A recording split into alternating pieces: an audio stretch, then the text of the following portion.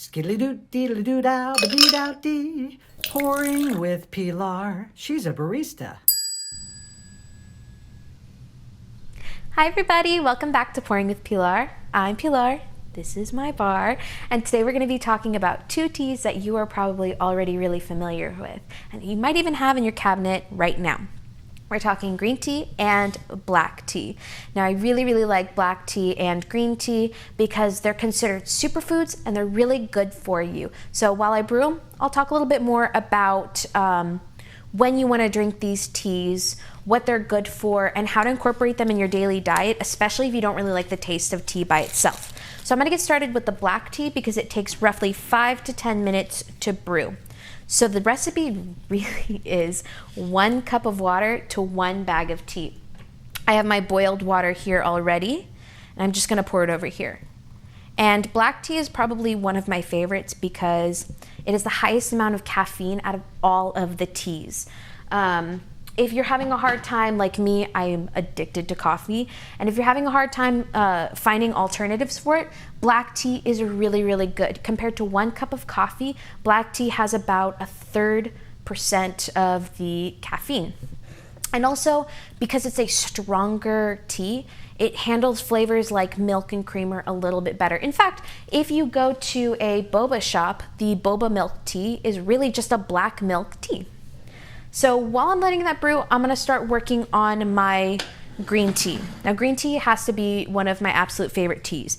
It's really good for your hair, your skin, your nails, all of that fun stuff, but it's also really good for your tummy health. So a cup before or after food is probably ideal, but it's also really good for things like cramping, bloating, nausea, especially a hot cup of green tea.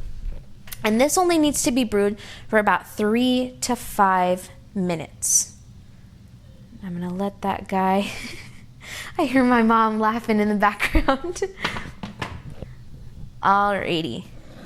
And in terms of green tea, it has about a 1/4 cup of coffee. So it's really good if you want that caffeine boost without the crash of coffee. Alrighty, so while I'm letting that brew, let's talk about sweetening it, because sometimes people don't really like the flavor of just straight tea. I know when I first started, I didn't. You can always add your little spoonful of sugar or your spoonful of Splenda, but one of my personal favorites is honey. I like to buy real honey because I'm kind of an eco geek and it's good for the environment, it's good for bees to be making honey, but it's also really good for your immune system because it's packed with antioxidants. So a spoonful of honey goes great in any one of these teas, whether it be iced or hot. But because cold and flu season is coming around, I like to add Pedialyte, especially to my green tea.